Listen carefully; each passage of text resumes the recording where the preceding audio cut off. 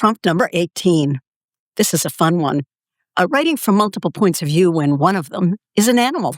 It's an interesting challenge, and the example I'm going to give you comes from Faro's Daughter by Georgette Heyer, a Regency romance set in England in 1810, 1820, somewhere in that range.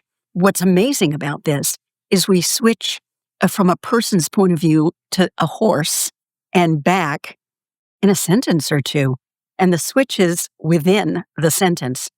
Listen for the verb chose.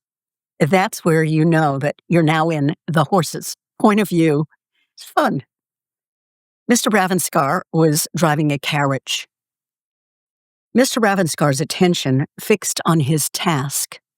For the Greys, though perfectly well-mannered, chose to take hybrid exception to a wagon that was rumbling along the side of the road, to shy playfully at a sedan, to regard with sudden misgiving a lady's feathered hat, and to decide that the lines of white posts linked with chains that separated the footpaths from the kennels and the road menaced them with a hitherto unsuspected danger.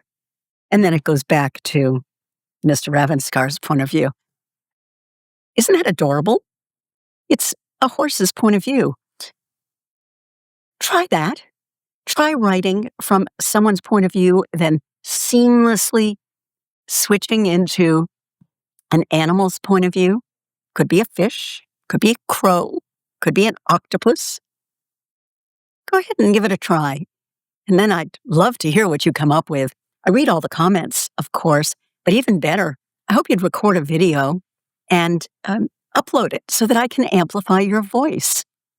Your voice matters. Your stories matter. And it would be my great pleasure to help share them.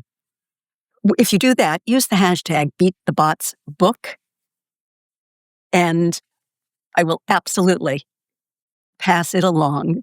And be sure and tag me, too, so that I can do that sharing.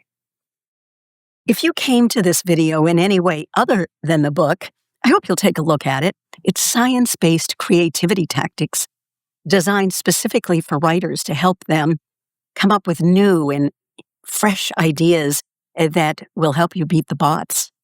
And I would be very appreciative if you would ask your librarian to get it on the shelf, your local bookseller as well. I'd be so appreciative. Thank you.